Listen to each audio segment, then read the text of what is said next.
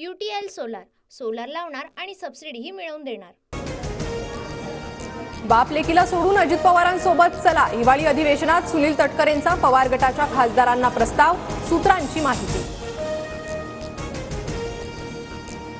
Sunil तटकरेंच्या प्रस्तावानंतर Supriya Sule संतापल्या। सुळेंनी Praful पटेलांना phone करून नाराजी व्यक्त केली। असा विचार येतोच कसा, सुप्रिया सुळेंचा पटेलांना सवाल, सूत्रांची माहिती। सुनील तटकरेंनी दिलेल्या प्रस्तावामुळे शरद पवार गटात नाराजी, अजित पवारांसोबत जाण्याचा प्रस्ताव शरद पवारांच्या खासदारांनी फेटाळला, सूत्रांची माहिती। अजित पवारांच्या पक्षाने आमच्या खासदारांना 100% संपर्क केला, बापाला पोरीला सोडा असं म्हणणं ही कसली संस्कृती, जितेंद्र आव्हाडांची प्रतिक्रिया। प्रफुल्ल पटेल सुनील तटकरेंना केंद्रात मंत्री व्हायचं असल्यामुळे पवार गटाचे खासदार फोडण्याचा प्रयत्न, खासदार संजय राऊतांचं वक्तव्य। पवनचक्की कंपनीच्या मालकांना खंडणीचा त्रास, शरद पवारांची मुख्यमंत्री फडणवीसांसोबत फोनवरून चर्चा, मुख्यमंत्र्यांकडून दहशत मोडून काढण्याचं आश्वासन।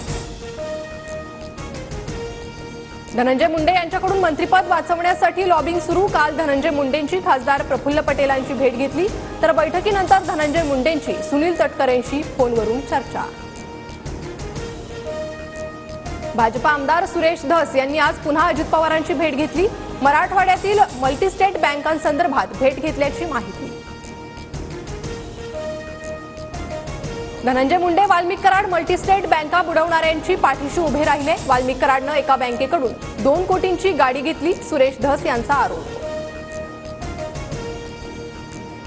पंकजा मुंडेंनी त्यांच्या कार्यकाळात फक्त 785 शिक्षकांची चुकीच्या पद्धतीने नियुक्ती केली, भाजप आमदार सुरेश धस यांचा दावा।